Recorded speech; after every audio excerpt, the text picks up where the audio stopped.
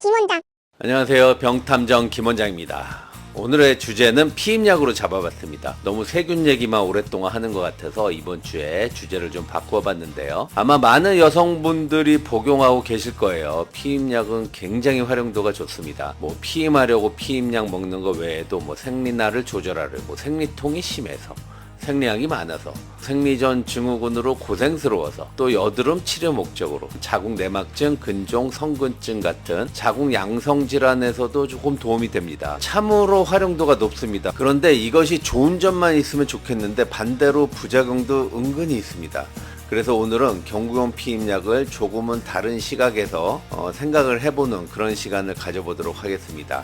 여기 보이는 이 약이 최초의 피임약입니다. 1960년에 미국 FDA에서 승인이 됐습니다. 이 약은 최초의 생리불순 치료제로 FDA 승인을 받았는데 이 지점이 중요합니다. 생리불순 치료제. 그럼 이 약을 먹으면 생리불순이 좋아지느냐?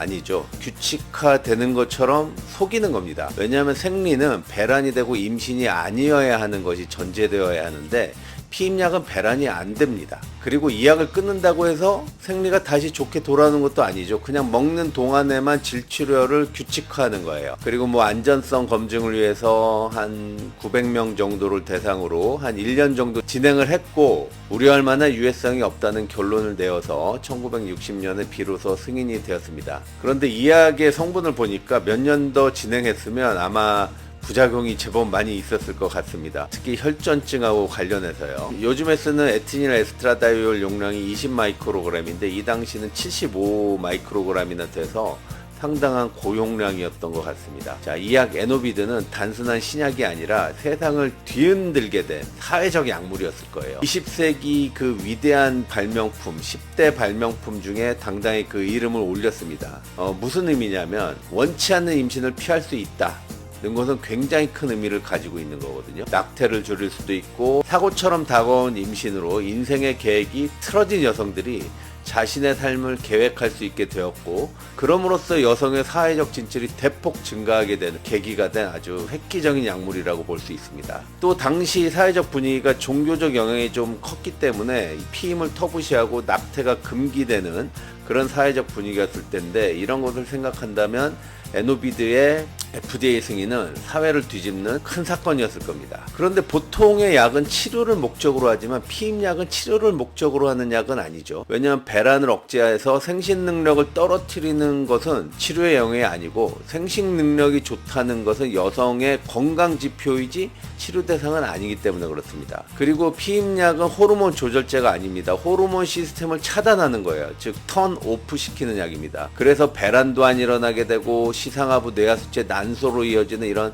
절묘한 신호 전달 체계가 아예 꺼져버리게 되는 것이죠. 며칠 전에 한 여학생이 생리를 미루어야 될 중요한 일이 있다고 하면서 피임약 처방을 받으러 오셨어요. 중학생인데 솔직히 내적 갈등이 많이 생깁니다. 이게 이렇게 쉽게 처방을 요구해서도 안 되고 쉽게 처방해서도 안 되는 약인데 특히 호르몬 시스템이 막 여물어가기 시작하는 초경 지나서 얼마 안 된 이런 어린 학생에게는 더욱더 조심해야 되는 약이거든요. 이 약을 쓰게 되면 마치 이런 것 같은 거예요. 아직 제구력이 좋지 않은 신인 투수가 마운드에서 공을 던지는데 볼넷을 좀 많이 던졌다고 해서 더가웃으로 강판시키고 잘 던지는 외국 용병을 마운드에 세우는 그런 느낌이 듭니다. 호르몬 시스템이 아직은 미숙하지만 숙련될 기회를 박탈해버리면 안 되겠죠. 그럼에도 피임약은 너무나 매력적인 약입니다. 효과가 즉각적으로 나타나고요. 눈에 확 띄게 드러나는 부작용이 자주 일어나지 않기 때문에 그렇습니다. 피임약을 드시면서 가장 만족스러운 부분이 바로 이 지점일 거예요. 생리가 따박따박 규칙적으로 바뀌었다라는 거죠. 착각입니다. 생리를 하는 건 앞서 말씀드렸듯이 필요 조건이 있습니다. 배란이 되어야 한다는 것과 임신이 안 되어야 한다는 것이죠. 그 상황에서 자궁 내막이 탈락되는 것이 생리인데 피임약은 배란이 안 되기 때문에 애초에 생리라고 할 수 없는 것이고요. 그냥 약에 의해 유도된 자궁 출혈입니다. 모든 피임약은 평균 생리 주기인 28에 맞춰져서 구성되어 있죠. 3주 먹고 1주 휴약하는 21일 제제나 또는 28일 제제도 있죠. 뭐 분홍색약 24알에 흰색약 4알로 구성되어 있는 똑같이 28일 제제로 만들어진 약입니다. 생리하고 혼돈하기 딱 좋게 만들어진 것이죠. 그런데 곰곰이 생각해보면 생리를 안 하면 편하지 않습니까? 그런데 굳이 호르몬 피임약으로 매달 생리를 유도해야 되는, 출혈을 유도해야 되는 그런 이유가 있을까요? 그것은 잘 모르겠습니다. 이게 28일 기준으로의 경험치만 있기 때문에 2달 또는 3달 만에 질출혈을 유발하는 것은 어떨지에 대해서는 경험이 없어서 섣불리 말씀드리기는 어려운데, 가끔 자궁내막의 두께를 파악하면서 에스트로겐에 과하게 노출되었는지를 확인한다면 2~3달에 한 번씩 유도하는 것도 괜찮은 방법이 아닐까라는 생각이 듭니다. 학생들이 이런 경우가 있잖아요. 매달 하는 게 좀 그런데, 학생들은 보통 중간고사, 기말고사, 방학, 중간, 기말, 방학, 이게 1년이거든요. 그러니까 1년에 6번 정도의 큰 이벤트가 있는데, 중간 끝나고 기말 끝나고 방학 때 이런 식으로 해서 1년에 6번 정도만 생리가 없는 경우에 유발을 하는 건 어떨까, 이런 생각도 듭니다. 그래서 말씀드리고 싶은 요지가 무엇이냐면요, 피임약에 의한 출혈은 월경 정상화가 절대 아니고 호르몬의 조절 역시 아닌 것입니다. 그럼에도 불구하고 피임약은 확고부동한 장점들이 있습니다. 요즘 합계 출산율 0.7 이하의 시대죠.